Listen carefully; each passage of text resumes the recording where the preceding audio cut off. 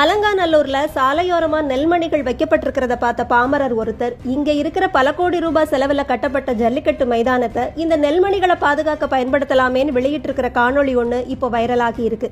கிடைச்ச இடத்துல எல்லாம் கருணாநிதி அவர்கள் பெயரை பச்சை குத்தி வைக்கிற திமுக பல கோடி ரூபாய் செலவுல அலங்காநல்லூர்ல ஜல்லிக்கட்டு மைதானத்தை திறந்துச்சு.